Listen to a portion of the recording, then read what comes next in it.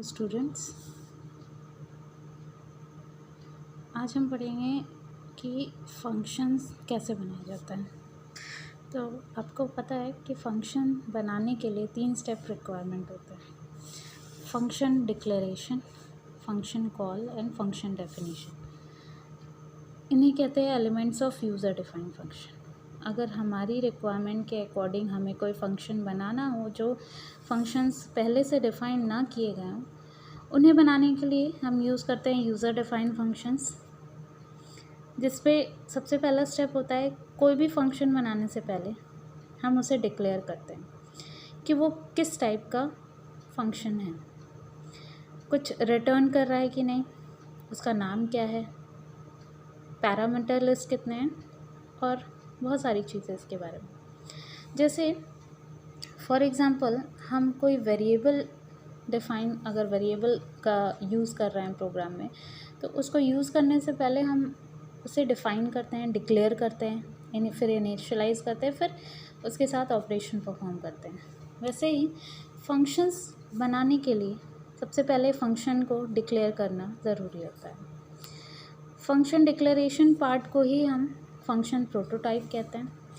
कभी कभी आपके एग्ज़ाम में पूछता है कि फंक्शन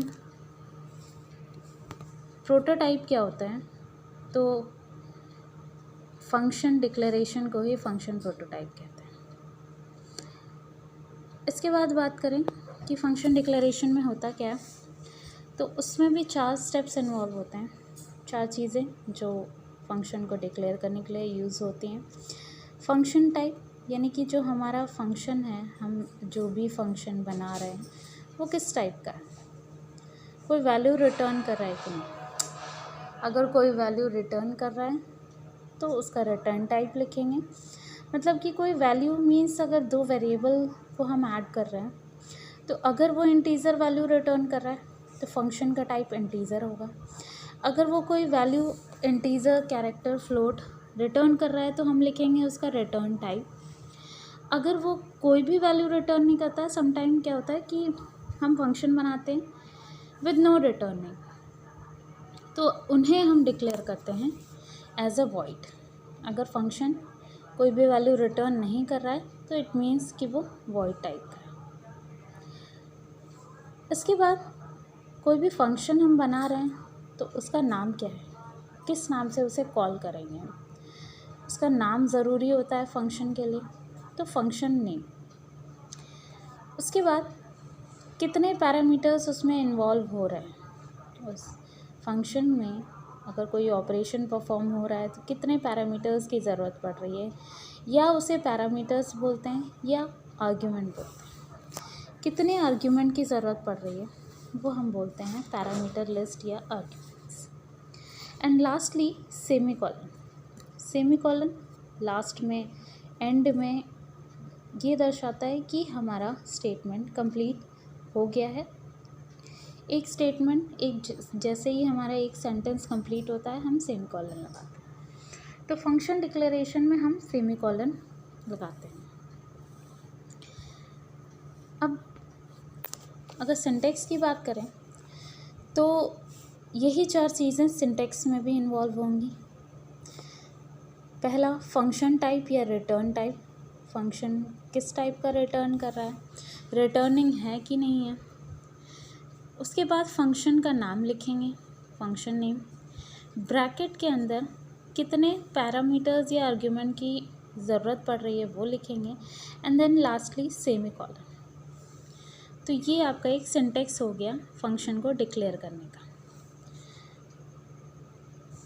एग्जाम्पल की बात करें तो सपोज़ अगर हमने एक ऐड फंक्शन बनाया है, तो ऐड किस टाइप के वैल्यूज़, अब ऐड फंक्शन अगर 2 वेरिएबल की वैल्यूज़ को ऐड करने का काम कर रहा है तो वो ज़रूर कोई वैल्यू रिटर्न कर रहे होंगे, और जो वैल्यूज़ रिटर्न करेंगे उसका टाइप उसी टाइप का होगा, यानी कि इंटीज़र।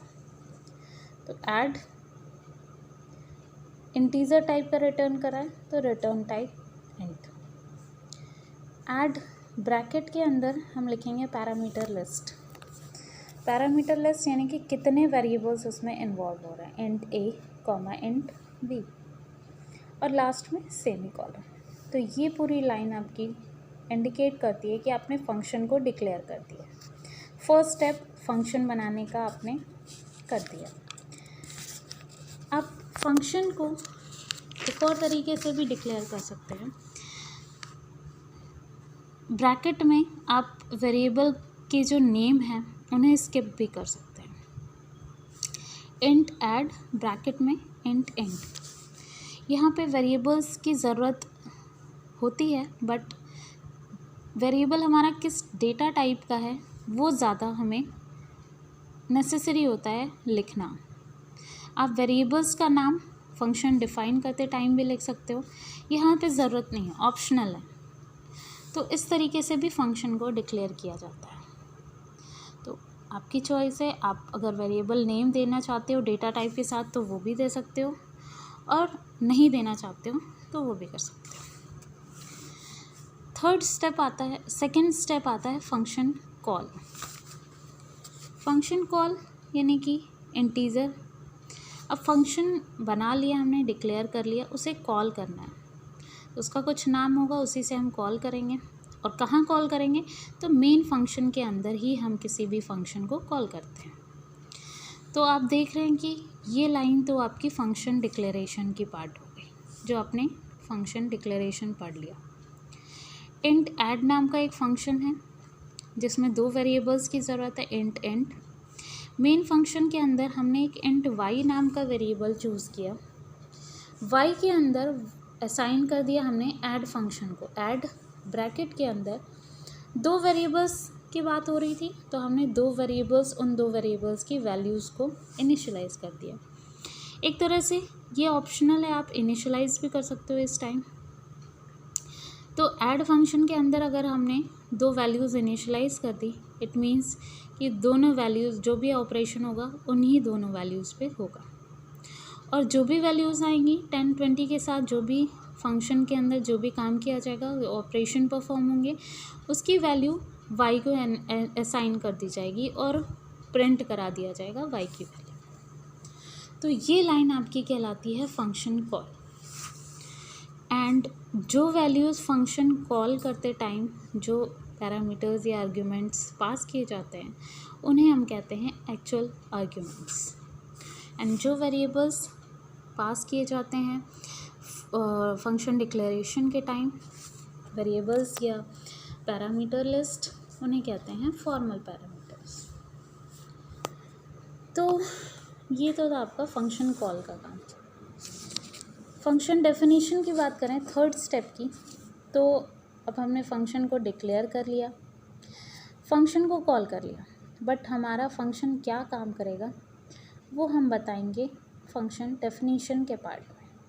और वो पार्ट हमारा मस्ट होता है प्रोग्राम में लिखना। आप फंक्शन डिक्लेरेशन के पार्ट को स्किप कर सकते हो, बट फंक्शन डेफिनेशन आप स्किप नहीं कर सकते, क्योंकि फंक्शन आपने जो भी बनाया है वो क्या काम कर रहा है वो तो हमें बताना होगा, उसी के अकॉर्डिंग हमारा ऑपरेशन परफॉर्म होगा।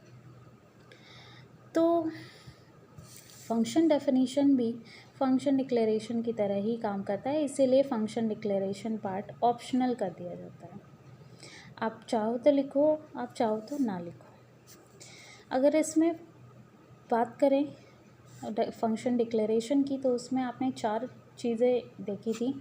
पहला था return type, function name, parameter list और आर्ग्यूमेंट, एंड लास्ट था सेमीकोलन।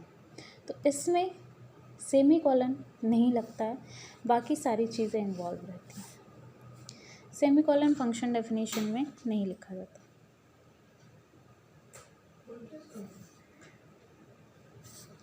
उसके बाद ये जो 3 चीज़ें हमने बताई फंक्शन डिक्लेरेशन के टाइम की, उन्हें कहते हैं फंक्शन हेडर। यानी कि आपने फंक्शन हेडर का काम कर दिया, इंट ऐड ब्रैकेट में int a int b, semicolon नहीं लिखेंगे। ये पार्ट हो गया फंक्शन डेफिनेशन में फंक्शन हेडर का काम। अब कर्ली ब्रेसेस के अंदर हमारा फंक्शन क्या काम कर रहा है वो हम इंडिकेट करेंगे, लाइन ऑफ कोड्स लिखेंगे, एक्चुअल लाइन ऑफ कोड्स। तो इसमें क्या क्या चीज़ें इन्वॉल्व होती हैं? First is variable declaration. Variable declare करते हैं हम, जो भी वेरिएबल के साथ परफॉर्म करना है ऑपरेशन वो हम वेरिएबल डिक्लेयर करेंगे। ये भी ऑप्शनल पार्ट होता है, आपको ज़रूरत है तो आप डिक्लेयर करिए, अदरवाइज़ कोई ज़रूरत नहीं। तो लोकल वेरिएबल डिक्लेरेशन,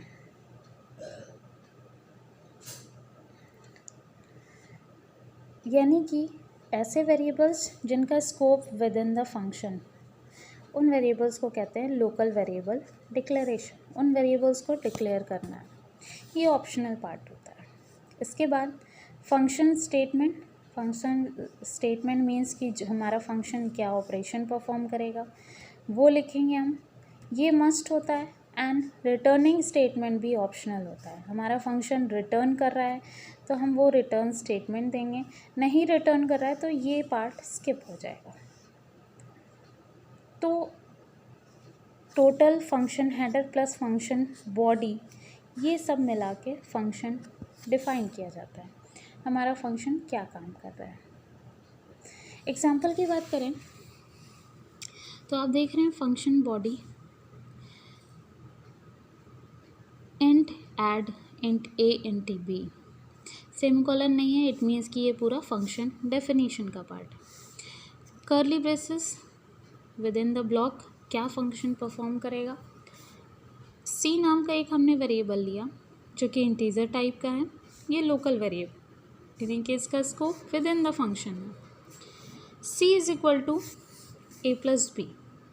सी क्या परफॉर्म कर रहा है, ए प्लस बी का ऑपरेशन कर रहा है, एडिशन कर रहा है, और जो भी रिजल्ट आएगा वो सी में दे दिया जाएगा एंड सी की वैल्यू रिटर्न कर दी जाएगी। ये जो भी रिटर्निंग सी की होगी वो फंक्शन को रिटर्न कर दिया जाएगा, जहाँ से हमने एक्चुअल पैरामीटर्स की वैल्यू फॉर्मल में कॉपीड की थी, उस फंक्शन को रिटर्न कर दिया जाएगा इन सी की वैल्यू।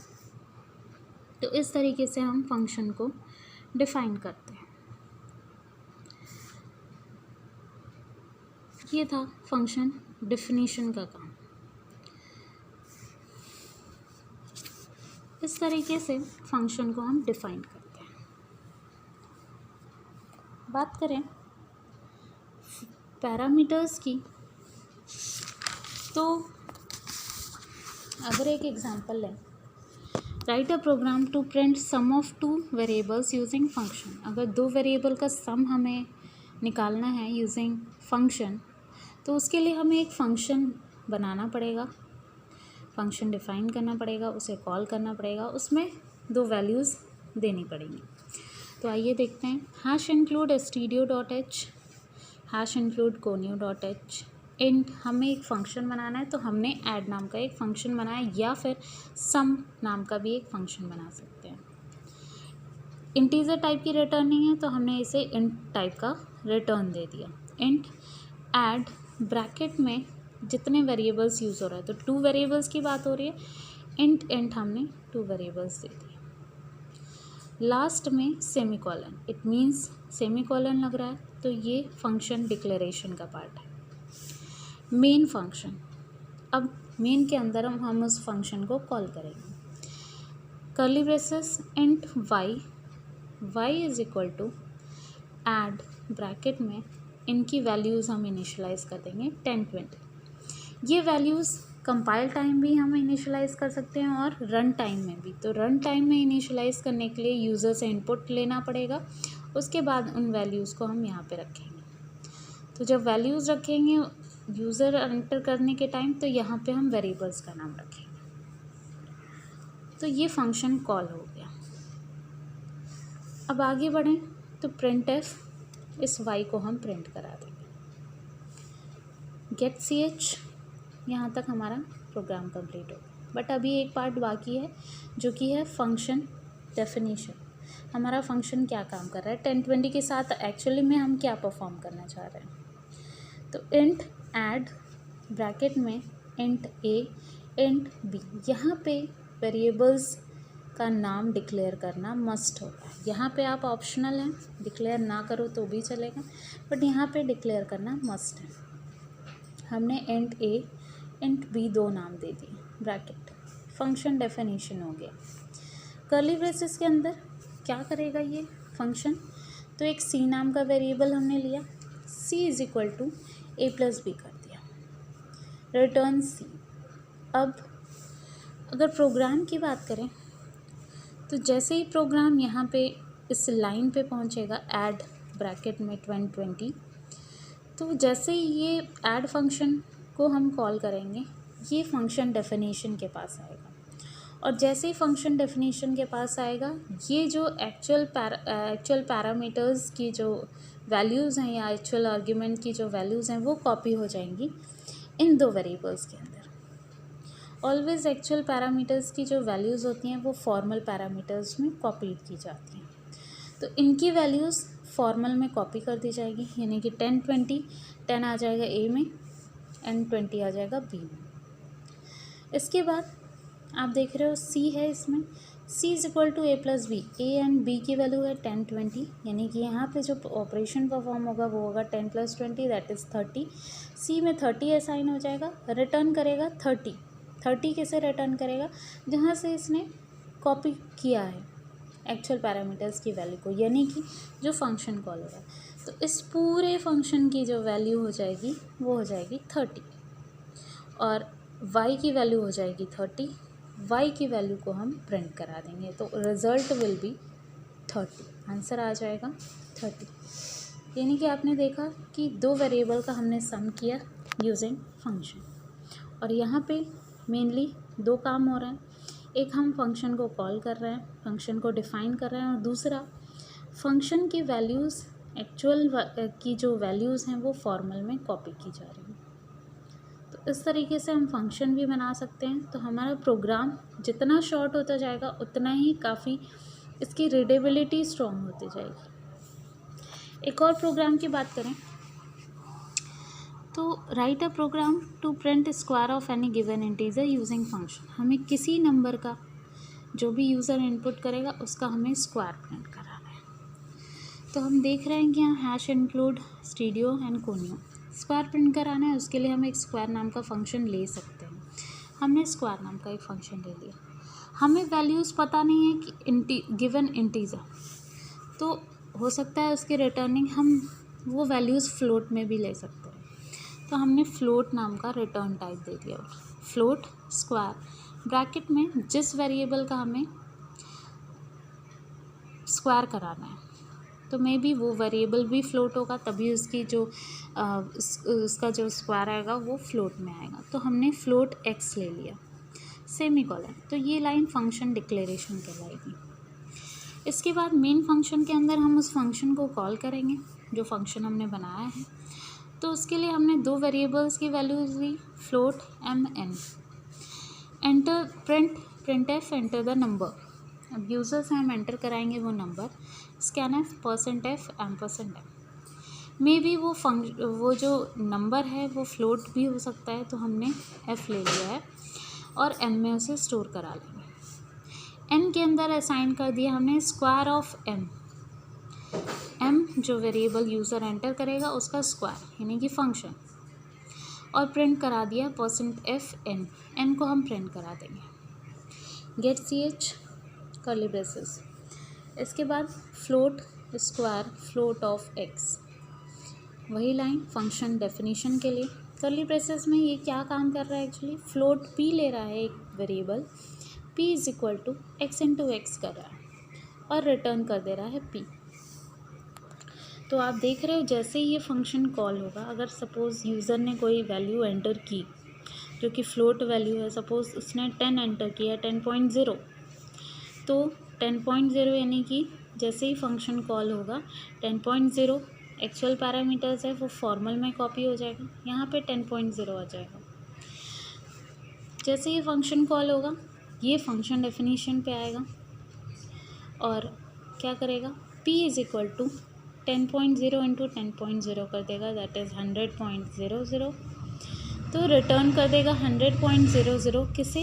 इस फंक्शन को जहाँ से इसने वैल्यूज़ कॉपी की थी। इस पूरे फंक्शन की जो वैल्यू हो जाएगी वो हो जाएगी 100.0, और ये जो फंक्शन की वैल्यू है ये फंक्शन की वैल्यू असाइन हो जाएगी n में, और n में असाइन करने के बाद n की वैल्यू को प्रिंट करा दिया जाए।